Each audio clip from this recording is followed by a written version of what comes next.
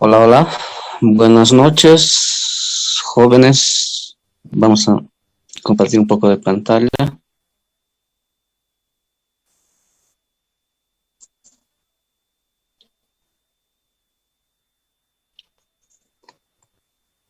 Buenas noches, jóvenes. En la materia de derecho penal, tema número 14, objeto del delito.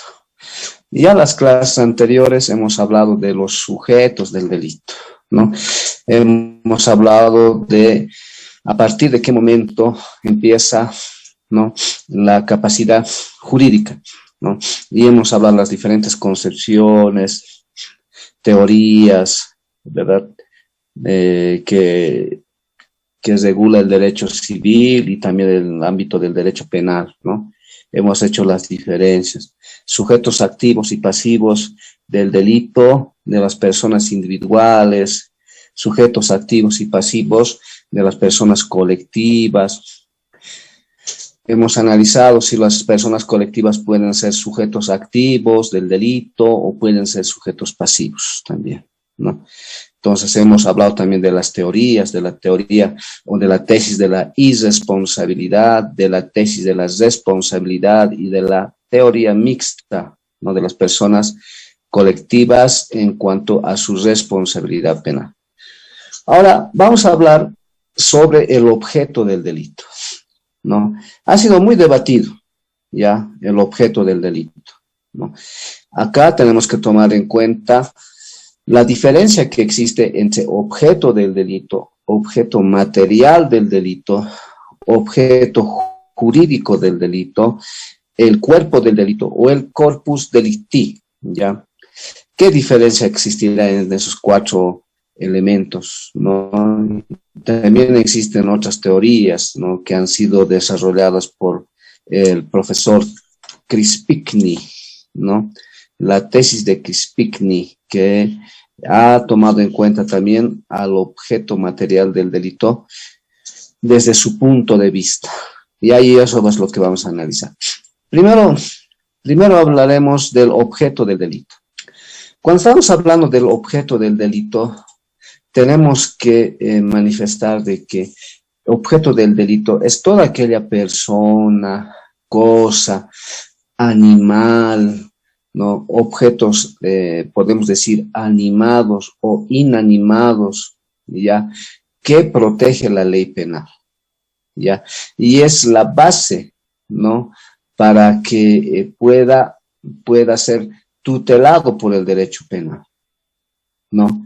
Eso es el objeto del delito. Dicho en otras palabras, cuando hablamos del objeto del delito, vamos a decir, ¿qué es lo que protege ya el legislador al haber tipificado un hecho criminal, ¿no?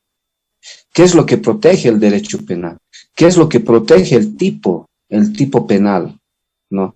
¿Cuál es el objeto del delito? Ahí está, ¿ve? ¿Cuál es el objeto del delito? ¿Cuál es la finalidad del delito? ¿Qué protege el delito? ¿No? La tipicidad, la tipificación del delito, ¿no?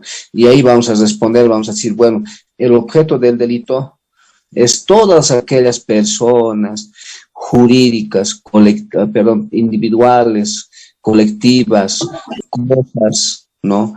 Y cosas animadas, inanimadas, animales, por ejemplo, en la contemporaneidad, animales, ¿no?, que protege las leyes penales. Ese es el objeto del delito, fundamentalmente, ¿ya?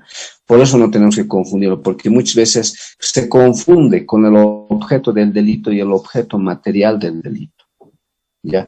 Así, por ejemplo, si vamos a revisar el libro de Benjamin Miguel Harp, nos dice que cuando hablamos del objeto del delito, ¿ya?, es todo aquel cuerpo corporal sobre la que recae la acción típica, ¿ya? O también podemos decir, objeto del delito es la persona o cosa sobre la que recae la conducta delictiva. Ahí está, ¿ya? Entonces aquí tenemos que analizar, ¿no? Tenemos que analizar, cuando hablamos del objeto del delito, ya tenemos que analizar dónde recae ya la conducta delictiva. Ya, esa es la pregunta. En un delito de robo, ¿no? El que se apropiare de un bien mueble ajeno, con fuerza en las cosas, violencia e intimidación en las personas, ya. En este caso, la conducta delictiva, ¿dónde está recayendo? A la cosa robada, el objeto que se está apropiando de manera ilegítima. Ese es el cuerpo, perdón, ese es el objeto del delito, ¿no?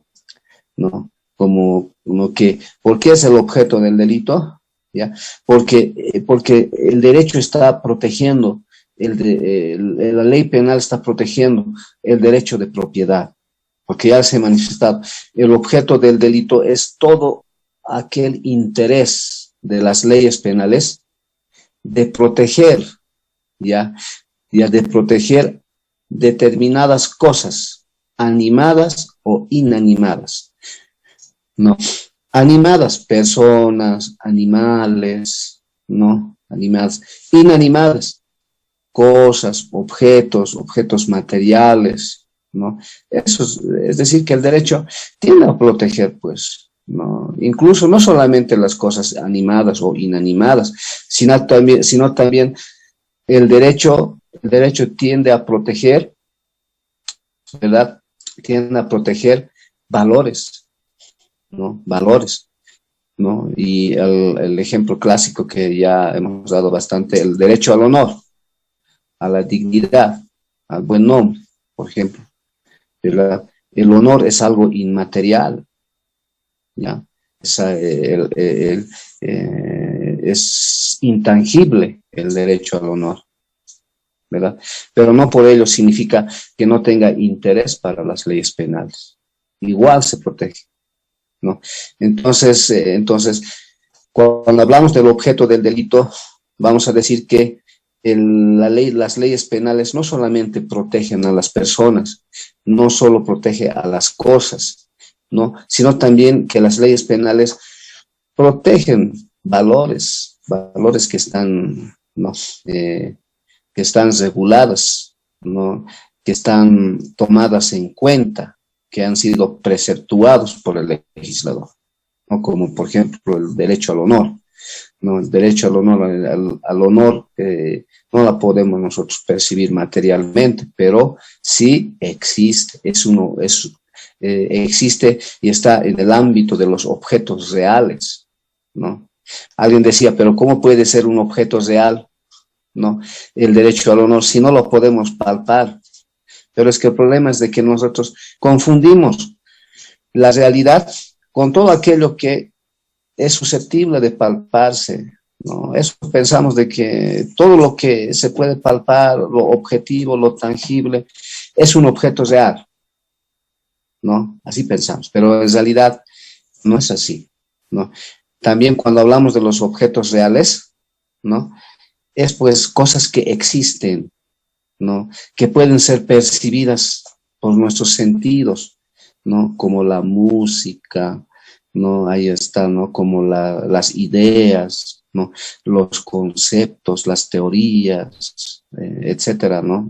Una poesía, ya ahí está, y entre ellos lo que estamos hablando, el derecho al honor, el buen nombre, la fama, la reputación de la persona, son pues realidades, existen, son intangibles, pero existen, son objetos reales, ¿ya? Y por lo tanto, ya el derecho penal tiene que protegerlo. Por eso hablamos objeto del delito, ¿no?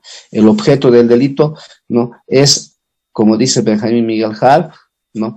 Es el cuerpo corporal sobre lo cual recae la acción criminal, ¿no? También podemos decir, objeto del delito es la persona o cosa sobre la que recae la conducta delictiva, también podemos decir. Por ejemplo, hemos dado la cosa robada, ¿no? La cosa robada, bueno, puede ser pues, la cosa que se está apropiando el agente del delito es pues el objeto del delito, porque lo que busca el derecho es proteger, ¿no? El derecho de propiedad, ¿no? Es de interés de las leyes penales, ¿ya? En un delito de homicidio, el objeto del delito, en un delito de homicidio será pues también cuál es el interés de las leyes penales en proteger, ya, en regular, en tipificar el delito de homicidio, la protección del derecho a la vida. Por lo tanto, el objeto del delito será, pues, no, si se perpetra el hecho criminal, la persona sobre la cual ha recaído la conducta criminal, es decir, la víctima, ¿no? La víctima, la persona fallecida, la persona que ha muerto como víctima, ¿no?, de la acción delictiva, ¿no? ¿No? En un delito de violación, el objeto del delito, ¿no?, ¿cuál será? La persona que está sufriendo, ¿no?, que está sufriendo, la persona que sufre la vulneración de sus derechos, de su libertad, del derecho a la libertad sexual, ¿no? Ahí está, ¿ve? ¿No? Es esa persona que sufre, ¿no?, sobre la cual está recayendo la conducta criminal. Es el objeto del delito. Dicho en otras palabras, de manera clara, vamos a decir de que el objeto del delito entonces es toda persona, cosa, ¿no?, incluso los animales, valores, ¿no?, objetos animados, objetos inanimados, ya, que necesariamente, ¿verdad?, las leyes penales quieren proteger. Eso es el objeto del delito, ¿no? Por un lado. Sin embargo, el objeto del delito, como dice también Benjamin Milhart, jóvenes, ¿no?, se subdivide en dos partes fundamentales: el objeto material del delito y el objeto jurídico del delito. Esas son las subclasificaciones del objeto del delito. Ya. El objeto material, ¿no?, es más claro, ¿no? Cuando hablamos del objeto material, nos referimos a la persona o cosa ya afectada directamente, ya, por la conducta delictiva. ¿Está bien? Es el elemento material, ya. Acá tenemos que tomar en cuenta, es la cosa, la persona, ya, o alguno de los valores que protege el derecho, ¿no?, en el cual recae la acción criminal. ¿Está? En el objeto material, bueno, la cosa tiene que ser, como su nombre mismo lo está diciendo, material, ¿no? Material, ¿no? Ya hemos dado el ejemplo del delito de robo, ¿no? La cosa mueble ajena es el objeto material, ¿no? La cosa mueble ajena, objeto material. En el delito de despojo pueden ser, por ejemplo, ¿verdad?, el bien inmueble, ¿no? El bien inmueble que ha sido objeto de despojo, ese es el objeto material, el bien inmueble, ¿no? Entonces, esos son los objetos materiales sobre el cual recae la acción criminal. En el delito de homicidio, la persona fallecida es el objeto material, ¿no? Pero aquí está el detalle, jóvenes. Cuando hablamos del objeto material, no debemos confundir, dice, ¿no?, Benjamin Milhart, con el corpus delicti, ya, el corpus delicti, o el cuerpo del delito. Generalmente, muchos se han confundido, ¿no? Muchos se han confundido y han dicho, bueno, vemos a una persona fallecida que ha sido objeto de una acción criminal, homicidio, ya. Esa persona, víctima, es el cuerpo del delito, han dicho algunas personas también, ¿no? Incluso los tratadistas han manifestado el cuerpo del delito, corpus delicti, ¿no? Pero sin embargo se confunde, pues, ¿no? Esa persona más bien es el objeto material del delito, ¿ya? La persona fallecida, ¿no?, por una acción criminal es, pues, el objeto material del delito, no así el cuerpo del delito, porque el cuerpo del delito, como se ha manifestado claramente, no es otra cosa más que aquel conjunto de elementos constitutivos o elementos específicos del delito, ¿ya? Elementos constitutivos o específicos del delito, ¿ya?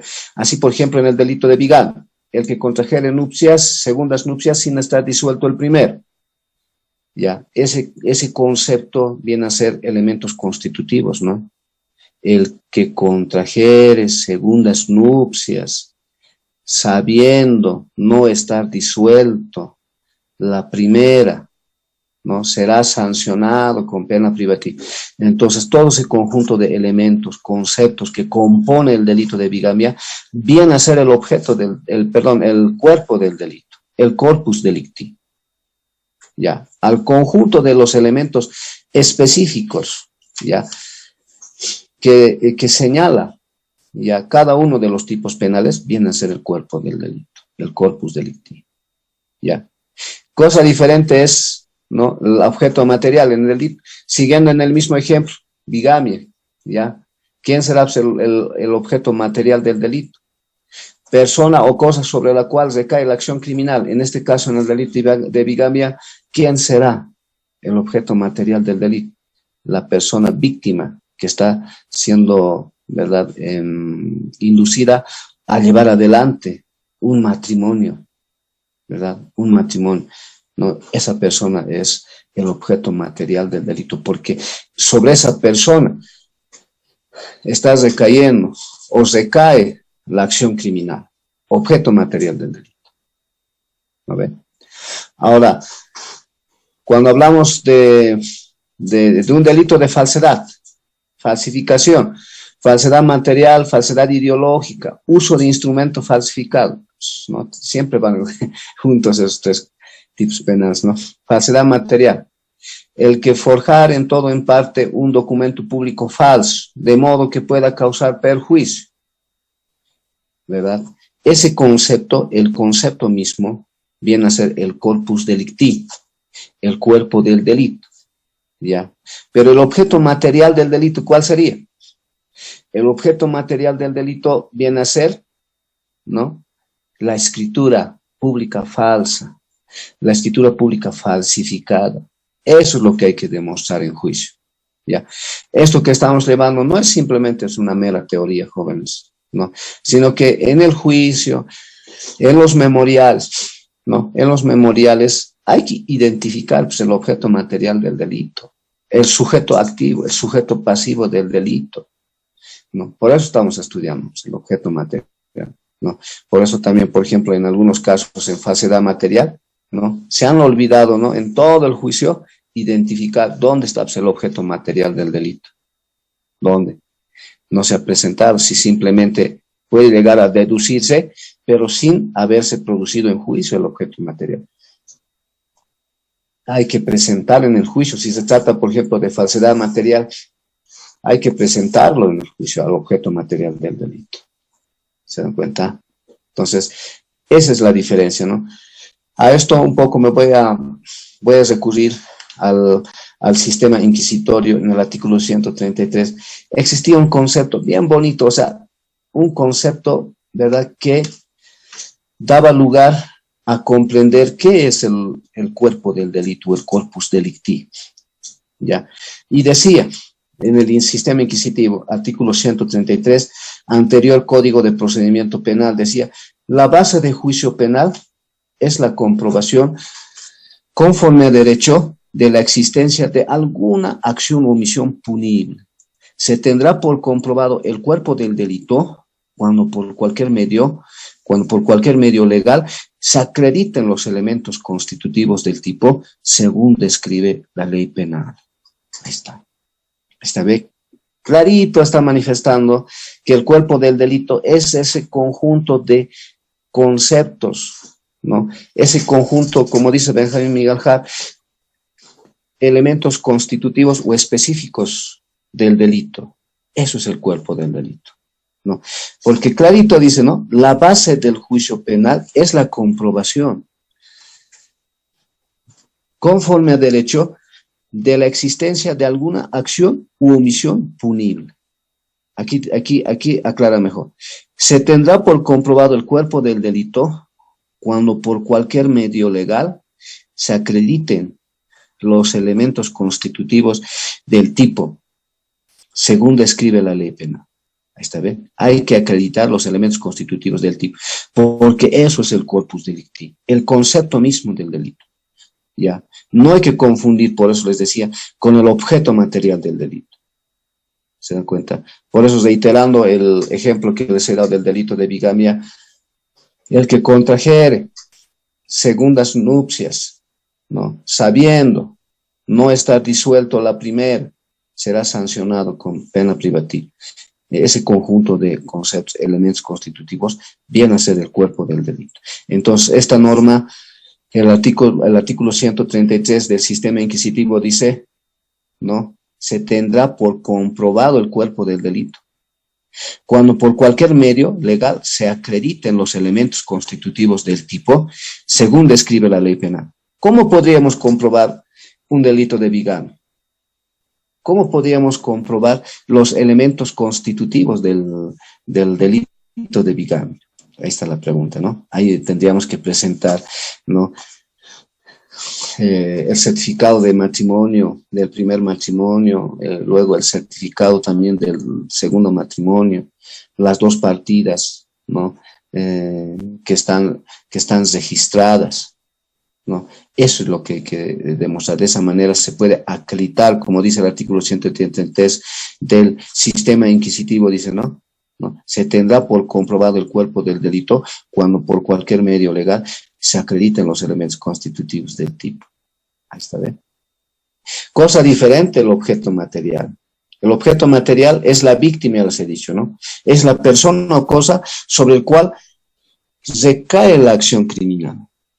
En este caso, reiterando de la bigamia, la víctima que está contrayendo segundas nupcias, ¿no? Que está siendo engañada, que está siendo inducida, ya, de manera dolosa, ¿no? Por el sujeto que está contrayendo segundas nupcias, consciente y sabiendo no estar disuelto la primera. ¿Esta vez? Ese es el objeto material. Ahí está la diferencia fundamental que existe entre el cuerpo del delito y el objeto material del delito, ¿no? Entonces, esa es la diferencia, ¿no? Que existe entre lo que es objeto del delito, cuerpo del delito y objeto material del delito, ¿no? Ahora bien, existe otra subclasificación muy importante, jóvenes, que es el objeto jurídico del delito, ¿ya? Acá, cuando hablamos del objeto jurídico del delito, acá tenemos que tomar en cuenta, ¿no? Que el objeto jurídico del delito es el bien jurídico protegido por el derecho que la acción punible lesiona o pone en peligro. Ahí está, ¿ve? En este caso tenemos que hablar del objeto jurídico del delito, ¿no? Es el bien jurídicamente protegido, ¿no? Porque acá, cuando hablamos del objeto jurídico, en todos los tipos penales, vamos a tener que identificar cuál es el bien jurídico que protege la ley penal en cada uno de los tipos penales, ¿ya? Así, por ejemplo, ¿ya? En el delito de homicidio, ese ejemplo clásico, ¿ya? En el delito de homicidio, el bien jurídicamente protegido, ¿ya? Va a ser, ¿cuál va a ser? Va a ser el derecho a la vida, ¿no? Porque eso es lo que pretende proteger el derecho. Ese es el bien jurídico protegido por la ley penal, ¿no? El derecho a la vida en el delito de homicidio, ¿verdad? Todo lo que se refiere al derecho, ¿no? Ahora, también en el delito de robo, por así decir, ¿no? En el delito de robo, ¿ya? En este caso, en el delito de robo, ¿cuál será el bien jurídicamente protegido? Va a ser el derecho de propiedad. Ahí está, ¿ve? El bien jurídico tutelado por el derecho penal, ¿no? Entonces, es la diferencia que existe, ¿no? No es lo mismo, por ejemplo, en el delito de robo, el objeto material en el delito de robo va a ser la cosa robada. Puede ser un bien mueble, computadora, celular, yo qué sé yo, ¿no? Tal vez un laptop, una garrafa, qué sé yo. Son bienes materiales, es el objeto material del delito, ¿ya? Pero el bien jurídico, ¿cuál será? El derecho de propiedad. Ahí está la diferencia, ¿ya? Por eso no tenemos que confundir también objeto material con el objeto jurídico, ¿ya? Porque el objeto material del delito, por ejemplo, en el delito de homicidio será pues, la persona fallecida, la persona víctima, ¿ya? que ha sido victimado por el agente del delito, objeto material del delito, persona víctima, ¿ya? Y el objeto jurídico va a ser el derecho a la vida, ¿ya? Por eso no hay que confundir esos dos conceptos.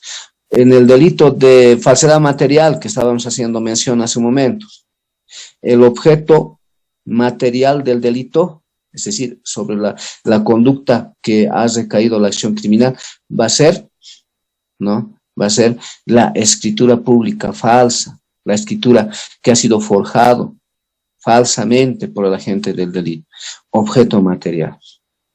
¿Ya? Ahora, el bien jurídico, cosa diferente. El bien jurídico va a ser la fe pública, porque el derecho está protegiendo la fe pública. ¿Se dan cuenta? Esa es la diferencia. O sea, el bien jurídico tiene otras connotaciones. Todo aquel conjunto de derechos, de bienes, ya fundamentalmente bienes que están protegidos por el derecho. Ya. Ahora, estos bienes jurídicos, ya les mencioné hace un momento, de que no siempre pueden ser tangibles, sino también pueden ser intangibles, ya, como el derecho al honor. El derecho al honor es un bien jurídico, ya. El derecho a la libertad, ya, es un bien jurídico. Ya, porque, por ejemplo, el delito de privación de libertad es un delito, el delito de privación de libertad está tipificado. ¿Qué está protegiendo? Acá está protegiendo algo material, objetivo, tangible, la libertad. No, pues, la libertad es algo inmaterial, intangible, ¿verdad? Pero está protegido por el derecho, ya. Por lo tanto, es un bien jurídico susceptible de ser protegido por el derecho. Entonces, es la diferencia que existe entre estos conceptos. No confundir corpus delicti, cuerpo del delito, por un lado, por el otro, objeto material del delito, y no confundir con objeto jurídico del delito, que es cosa diferente, ¿no? Y en cada caso particular y en cada caso concreto hay que identificar, pues, ¿no? ¿Dónde está el bien jurídico? ¿Dónde está el bien material? Objeto material, ¿no? ¿Dónde está el cuerpo del delito? ¿Qué elementos constitutivos o específicos tenemos que demostrar en el juicio? Entonces, esa es la diferencia, ¿no? Ahora bien, objeto formal y sustancial del delito. Bueno, cuando hablamos del objeto material, del objeto formal, ya, este concepto objeto formal un poco ya cae, ¿no?, en lo que es en la teoría, en la doctrina, porque es el derecho que tiene el Estado, ¿ya?, de hacer cumplir los preceptos penales, ¿ya? El Estado tiene la finalidad de que los preceptos penales, las leyes penales, los tipos penales se cumplan y no queden simplemente en una mera proclamación, ¿no?, una mera proclamación lírica, sino que el objeto formal, ¿ya?, es el interés que tiene el Estado de que se cumplan, ¿ya?, los preceptos penales, ¿no? O si quieren ser más técnicos, es el interés del Estado a la observancia de los preceptos penales, ¿no? Dice Benjamin Miguel Hall, ¿no? Entonces, eso es, ¿no?, el interés que tiene el objeto formal o sustancial del Estado, ¿no? Ahora bien, el objeto sustancial o específico del Estado, ¿ya?, a diferencia del objeto formal, el objeto sustancial es el interés de la víctima, ¿no? La víctima tiene ese interés específico, ¿no? El sujeto pasivo tiene ese interés específico de que se cumpla, ¿ya?, determinadas normas específicas, ¿no?, favorables a la propia víctima, ¿no?, en un determinado caso inconcreto, ¿no? Porque en un determinado caso inconcreto, ¿no?, el sujeto pasivo del delito va a querer, ¿no?, de que se cumpla la ley penal, ¿no?, de que se sancione, que se castigue al agente del delito, ¿no? O en su caso se lleva adelante una otra salida alternativa al juicio, ¿no? O la restitución o reposición de los bienes a favor de la víctima bajo el principio de la justicia restaurativa, etcétera. Interés de la víctima, ¿no? ¿No? Objeto sustancial. En cambio, en el objeto formal, reitero, interés del Estado. Como dice Benjamín Miguel Hall, el derecho del Estado a la observancia de los preceptos penales, ¿no? Esa es la diferencia entre estos dos elementos, ¿no? Por último, hablaremos un poco de lo que es la doctrina de Felipe Crispigni, ¿no? Felipe Crispigni también ha hablado del objeto material del delito, ¿no? Un poquito Felipe Crispigni, bueno, italiano, ¿no? En su tratado de derecho penal, ¿no? Este autor ha manifestado de que al objeto material del delito, ¿ya? No debemos entenderla en un sentido estricto, dice, ¿no? Este autor, ¿no? Sino que tenemos que entenderla en un sentido lato sensu, en un sentido amplio, ¿ya? Y no así restringido, dice, ¿no? Este autor, Felipe Crispigni, ¿no? Bueno, en eso nos referimos a que cuando habla de objeto material del delito, este autor dice, por ejemplo, en un delito de robo, no tenemos que restringir solamente al objeto material del delito en la cosa robada, en el bien mueble robado, apropiado. No, señores, no solamente ese es el objeto material del delito, dice. Estamos tomando en cuenta desde un punto restringido, dice, ¿no? Este autor, sino que tenemos que ampliar también a la psique de la persona. ¿Está bien? A la psique de la persona. No, eso dice Crispigni. Es decir, según Crispigni, la víctima, la persona que ha sufrido, ¿verdad?, el robo, la apropiación de un bien mueble ajeno, también sería objeto material del delito. En un sentido amplio, en un sentido lato sensu, ¿se dan cuenta? ¿No? O sea, es lo que dice, ¿no? Crispigni, ¿no? Bueno, dando un enfoque más extensivo, ¿no? Porque en realidad, este autor dice, el objeto material del delito no puede ser simplemente, pues, dice, ¿no? Incluso las personas que recién se van a noticiar con el delito, dice, ¿no? Ellos más se pueden considerar objeto material del delito, ¿no? Es decir, en un sentido amplio también quiere tomar en cuenta, ¿no? Felipe Crispigni, este profesor italiano, ¿no? En un sentido lato sensu, dice, ¿no?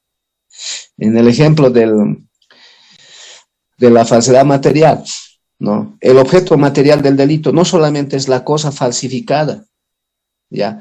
La escritura pública falsificada, sino que vamos a tomar en cuenta en un sentido lato sensu, en un sentido extensivo, también la víctima, ¿ya? La víctima, ¿no? Que sufre los perjuicios de la falsificación, viene a ser el objeto material del delito, dice este autor, ¿no? Felipe Crispigni, ¿no? Por eso dice en un principio, dice, ¿no? El objeto material del delito no se debe entender en un sentido estricto, sino en un sentido lato sensu, dice, ¿no? Bueno, no han faltado también los autores que inmediatamente lo han cuestionado, ¿no? A Felipe Crispigni, ¿no? Le han dicho, no, señores, ¿cómo vamos a tomar en cuenta también, pues, a la víctima? La víctima es otra institución jurídico que pertenece al ámbito del derecho penal. La víctima es el sujeto pasivo del delito. ¿Ya? No podemos confundir objeto material del delito con el sujeto pasivo del delito. ¿Sí? En el delito de robo, ¿ya? El objeto material del delito es la cosa robada, ¿ya? La víctima no puede llegar a ser objeto material, sino será sujeto pasivo del delito, ¿no? Entonces, no podemos confundir. Ha sido cuestionado también, ¿no? Felipe Crispigni ha sido cuestionado, o sea, porque también ya quería tomar en cuenta a otras instituciones completamente independientes, ¿no? Felipe Crispigni. Entonces, esa es la crítica que se ha realizado, ¿no? A Felipe Crispigni. Y para este autor, bueno, hay dos tipos de objetos materiales, para que quede esto claro, los objetos materiales personal y los objetos materiales de carácter real. ¿Ya? Los objetos materiales de carácter personal, ya hemos dicho, es la persona física, ¿no? En el cual recae la acción criminal. Y los objetos materiales, o digo, el objeto material de carácter real, las cosas, objetos tangibles sobre los cuales también puede recaer la acción criminal. Es la diferenciación que hace también Felipe Crispigny, ¿no? Pero un poco, aunque ha exagerado también en tomar en cuenta el objeto material en un sentido lato sensu, ¿no? Pero ha contribuido con doctrina este autor italiano en el ámbito del derecho penal. A ver, podemos analizar también algunos problemas que se han presentado en el momento de determinar el objeto material del delito. ¿Cuáles son esos problemas que se presentan en el ámbito del derecho penal? ¿No? Los problemas que se presentan, por ejemplo, en el ámbito del derecho penal son las siguientes, ¿no? En el sentido de que, por ejemplo, en los delitos formales o de simple actividad, ya sabemos la diferencia entre delitos formales y delitos de resultado. En los delitos formales, ¿no? En los delitos formales, en los delitos formales vamos a decir que no existe, o sea, no hay forma de determinar el objeto material del delito, jóvenes. ¿Ya? Bueno, en un delito de difamación, injuria, calumnia, en un delito de injuria, el que ofendiere en la dignidad, ¿no?, de la otra persona, ¿no?, en su dignidad y su decoro, es un delito formal de mera actividad. Este delito se consuma por la sola actividad, ¿no?, del agente del delito. No vamos a poder encontrar un objeto material del delito, ¿no?, sino que ahí está el detalle en cuanto a determinar el objeto material del delito en los delitos formales. Ahí está el detalle, es difícil. Pero no por ello vamos a decir que no hay objeto material, porque ya hemos dicho que el objeto material no solamente es lo tangible, ya, sino también lo intangible, porque es parte de los objetos reales, ¿no? Ya. Ya les he manifestado al principio de clase de que a los objetos reales no la podemos entender simplemente como algo material, objetivo, tangible, sino que también los objetos reales pueden ser intangibles, ¿no? Como el buen nombre, la fama o el honor de una persona, ¿verdad? Es intangible, existe, ¿no? Es algo real, será intangible, pero es algo real, ¿no? Por lo tanto, no, el objeto material del delito será pues los valores que protege intangiblemente el derecho penal. Ese es el problema que se presenta fundamentalmente, ¿no?, fundamentalmente en materia de derecho penal, ¿no? Ahora bien, también otro problema que se presenta es el no poder delimitarse correctamente el cuerpo del delito, ¿no? Ya les he manifestado que el cuerpo del delito, ¿no?, consiste en aquel conjunto de elementos constitutivos o específicos que describen el tipo penal. Ya no hay donde perderse. Conforme 133 del sistema inquisitivo anterior hemos explicado, ¿no? Pero sin embargo, muchas veces el cuerpo del delito también se confunde como aquel conjunto de hechos que puedan conducir, ya, que puedan conducir a la acción criminal, ¿no?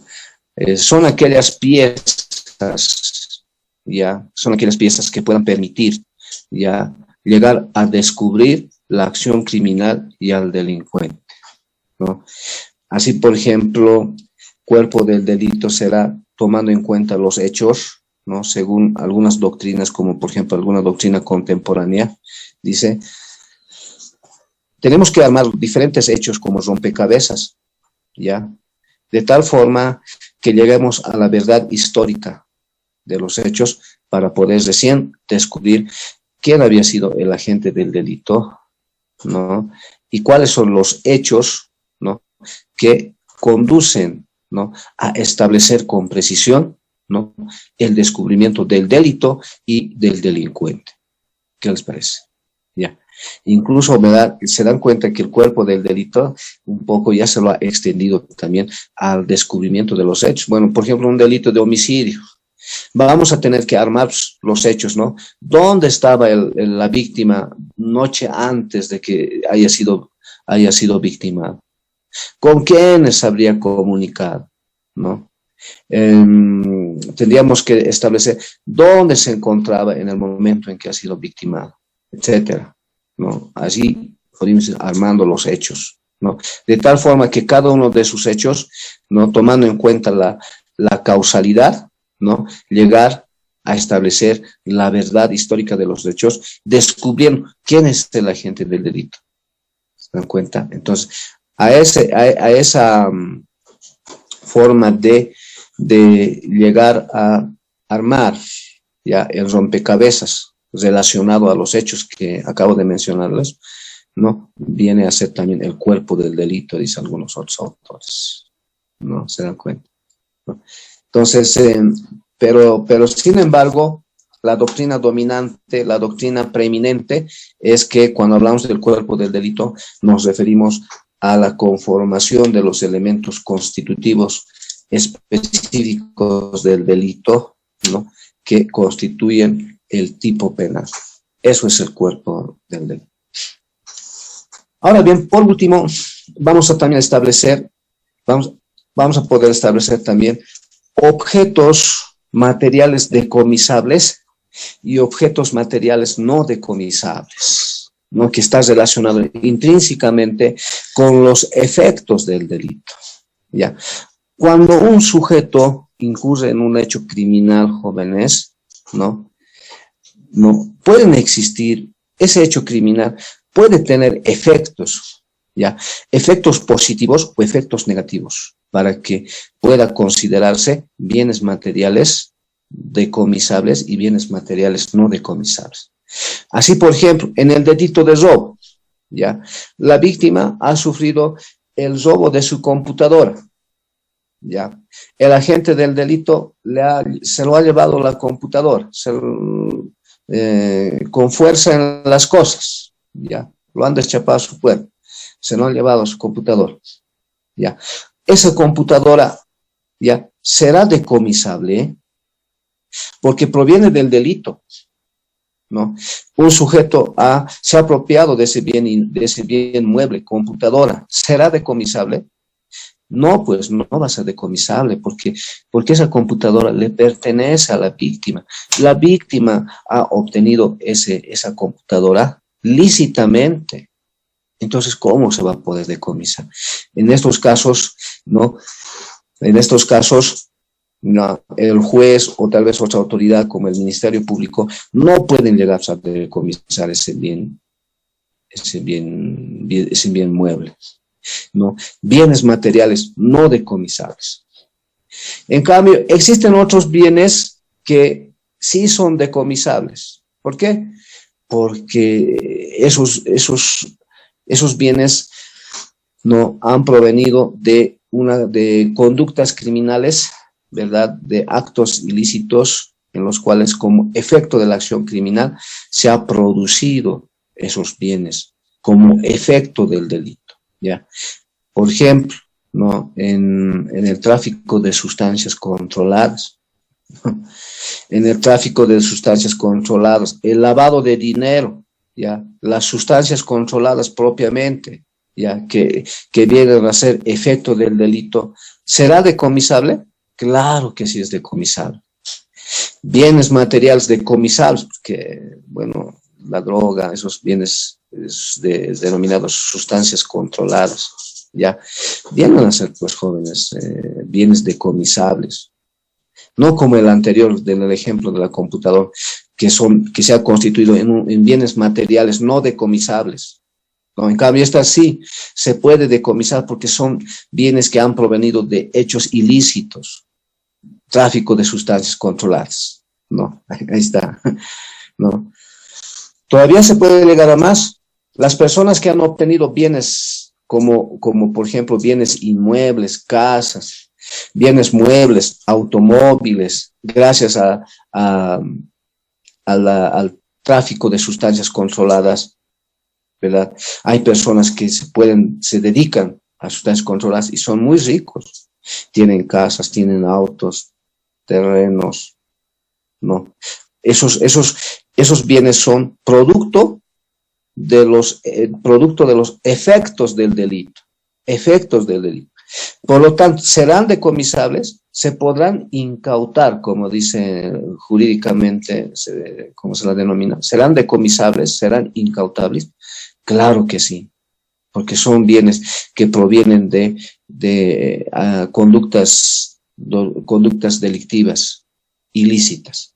Entonces se los denomina bienes materiales decomisables, ¿no? Esos son los efectos del delito, ¿no? Que no hay que confundir también con objeto material, objeto jurídico, ¿no? Corpus del delito, efectos del delito, ¿no? Y este concepto, este concepto de los efectos del delito va a ser objeto del estudio de derecho procesal penal. Es que se está jugando para rápido. Acá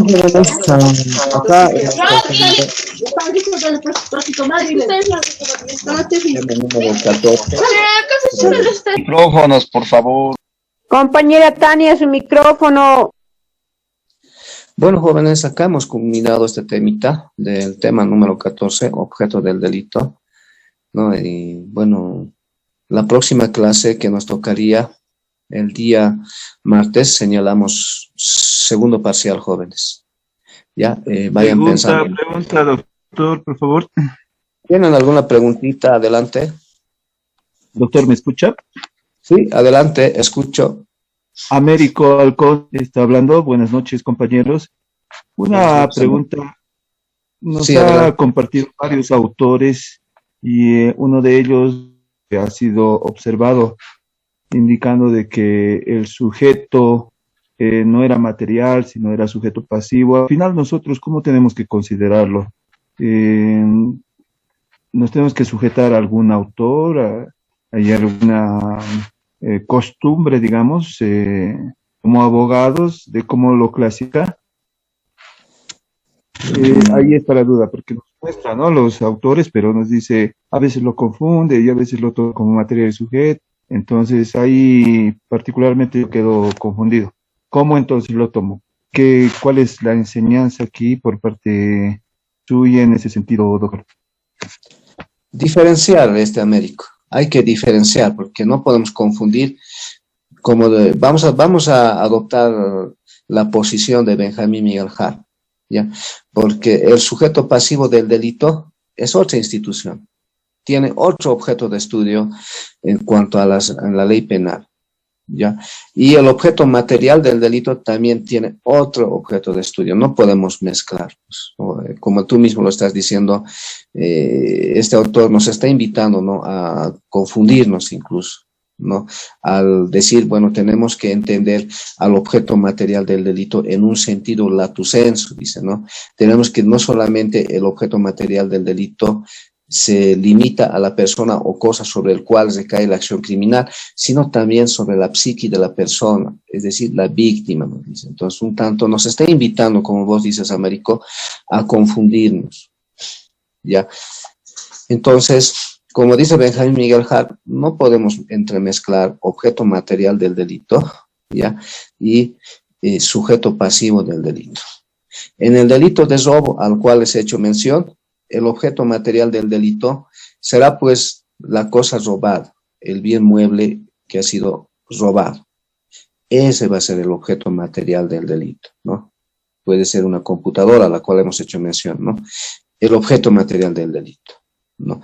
Pero la víctima, ¿no?, el sujeto pasivo del delito, ¿verdad?, es otra institución, ¿no? Tiene otro objeto de estudio, ¿no?, la víctima, ¿no?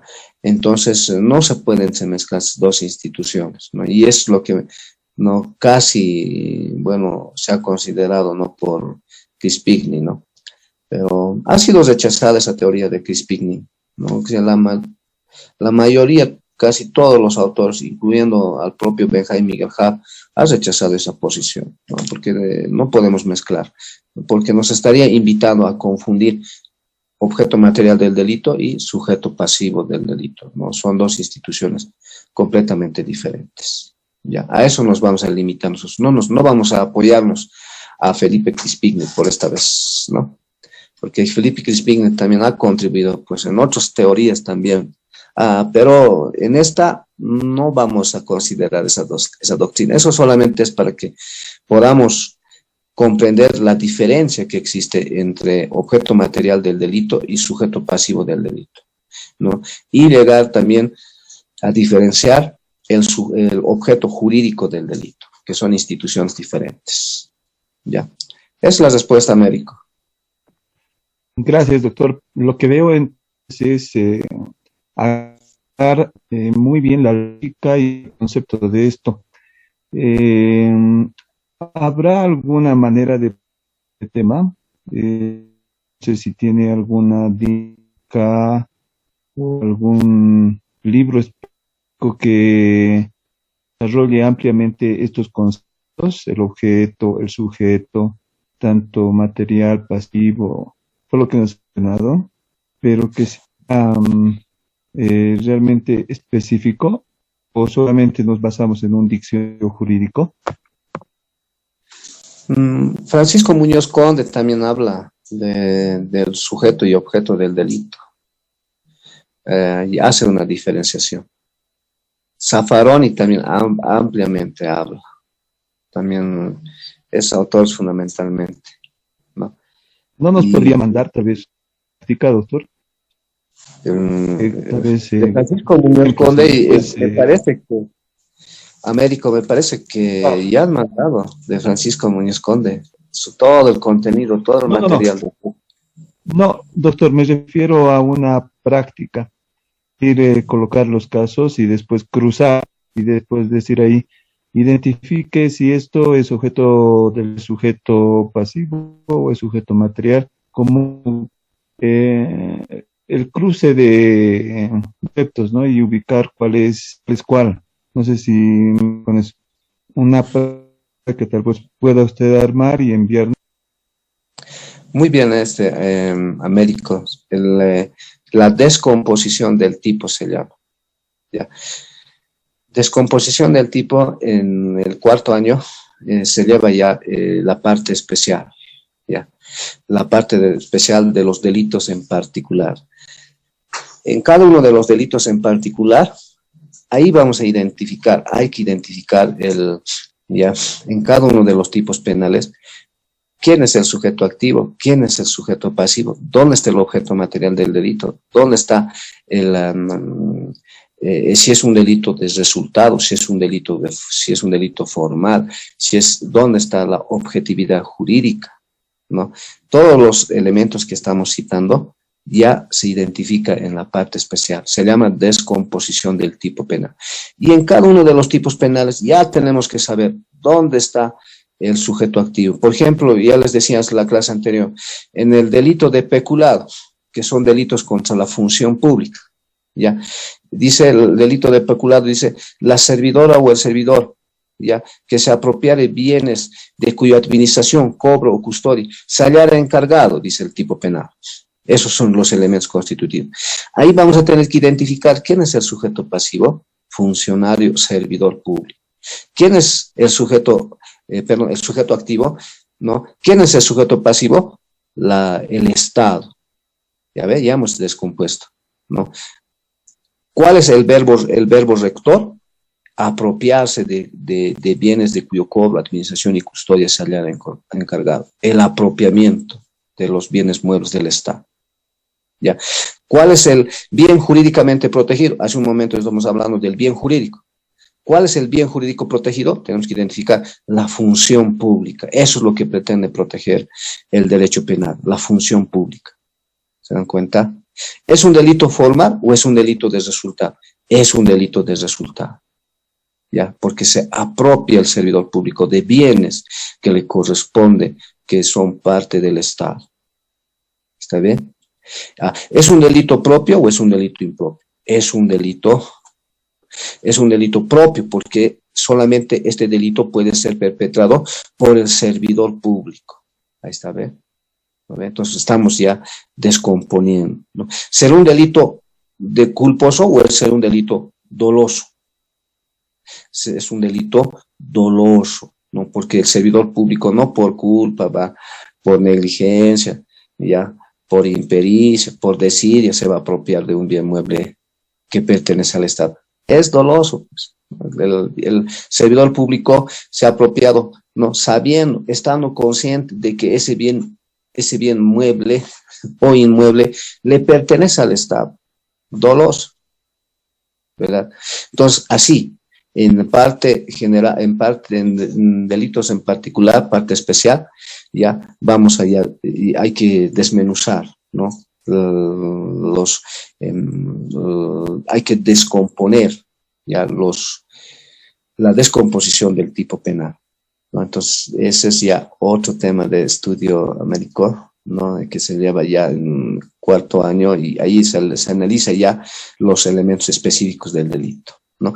Incluso vamos a poder identificar a ver qué tipo de teoría vamos a aplicar, la funcionalista, la causalista o finalista, ¿ya? Y que, por cierto, después de este tema nos adentramos ya a los elementos genéricos del delito, la acción, la tipicidad, la antijuicidad, la culpabilidad, todo lo que es la teoría general del delito nos vamos a adentrar ya a partir de este tema 14.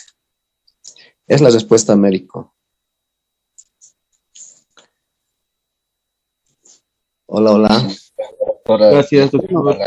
Bueno, jóvenes, bueno, dijo de que ya culminado también el tiempo. En la próxima clase, les decía, señalamos en segundo parcial. Muchas gracias, jóvenes. Hasta la próxima clase.